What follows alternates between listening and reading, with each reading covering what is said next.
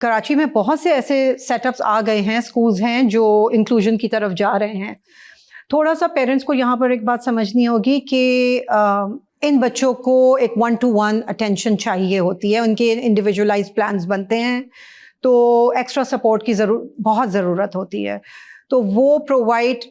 अच्छा, हमारे यहाँ कोई ऐसा, अब जाके आप देखेंगे ऑटिज्म पे डिस्कशन हो रहा है, काम भी हो रहा है, 1-2 सेंटर्स भी बन गए हैं, आई थिंक कराची में है। वरना कुछ पेरेंट्स को पता भी नहीं होता था अगर कोई बच्चा हाइपर एक्टिव है तो दे हैव नो आइडिया कि उसके साथ प्रॉब्लम क्या है। एक तो आप लेबल कर ही नहीं सकते ना बच्चों को, दूसरा जब तक क्लिनिकली डायग्नोज नहीं हो जाए आप किसी सूरत नहीं कह सकते कि इस बच्चे के साथ ये प्रॉब्लम। ADHD को डायग्नोज करने के लिए आपको वेट करना पड़ता है 8-9 साल, बच्चे का होगा तब आप जाके करेंगे।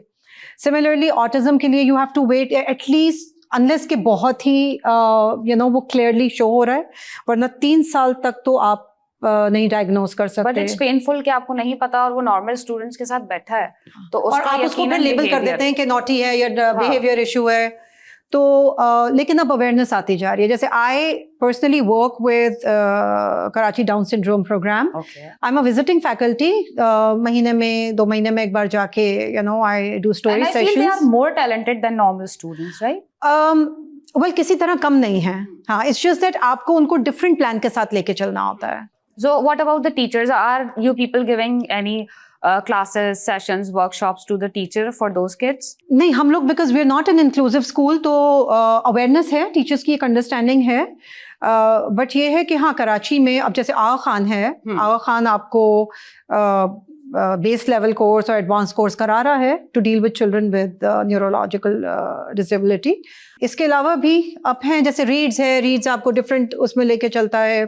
तो कुछ स्कूल्स में डिफरेंट उनके अपने पर्सनल ट्रेनर या टीचर्स साथ होते हैं बच्चों के, ताकि वो उनके साथ ही कर सके। उसमें ये होता है कि स्कूल पेरेंट्स को सजेस्ट करता है, और आई थिंक ये स्कूल और पेरेंट का आपस की अंडरस्टैंडिंग होती है कि एक रिसोर्स टीचर साथ रखनी होती है। और इज इट नेसेसरी, अब जैसे हमारे यहाँ teachers as we were talking about कि किसी ने बस अभी इंटर किया, मैट्रिक किया, ऐसे टीचर्स आ रहे हैं, तो अभी भी ऐसे स्कूल्स हैं जहाँ पे बहुत कम सैलरी के ऊपर लोग पढ़ा रहे हैं, जिनके पास एजुकेशन नहीं है लेकिन वो पढ़ा रहे हैं। फिर देखें, आप गली मोहल्ले के स्कूल, हर जगह घर में स्कूल खुल जाएगा तो ऐसा होगा, बट अगर आप जितने इस वक्त मेन स्ट्रीम स्कूल्स हैं कराची के, आई वुड से सब टीचर ट्रेनिंग पे बहुत फोकस कर रहे हैं, एंड देयर आर इंस्टीट्यूट्स जो वो ट्रेनिंग प्रोवाइड कर रहे हैं, and we are getting very good teachers. And I feel के उसके साथ साथ फी पे भी बहुत फोकस करते हैं। फी, अगर आप फी स्केड्यूल देखें बच्चों के, तो इतने हेफ्टी अमाउंट लिए जा रहे हैं कि वी कांट बेयर दैट। मतलब अभी हमें प्राइमरी स्कूल में ही हम ये सोच रहे होते हैं कि सेकेंडरी में जाके क्या होगा, फिर हायर सेकेंडरी में क्या होगा, फिर हम इनको कौन सी यूनिवर्सिटी में भेजेंगे। तो it's not affordable for the people जो लोअर मिडिल क्लास से हैं या मिडिल क्लास से। एक मखसूस कैटेगरी है जो इन स्कूल्स में जा रही है। जो देखिए, एक चीज़ इसमें मैं शुरू से जो अक्सर हमारे घर में भी डिस्कस होती थी कि एक रैट रेस का, आप don't become a part of the rat race कि इसका बच्चा इस स्कूल जा रहा है तो मुझे भी यहीं भेजना है। There are schools for providing very good education और जिनका फीस स्ट्रक्चर कम है। वी हैव कॉन्वेंट्स कराची में बहुत सारे हैं।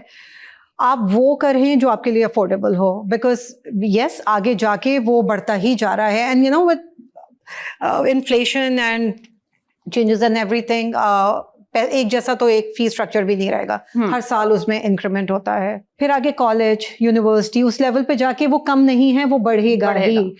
तो स्टार्ट ही आप वहां से करें जो आप अफोर्ड कर सके, अपनी कैपेसिटी में रहते हुए जो बेस्ट एजुकेशन दे सकते हैं, आई थिंक आप वो करें।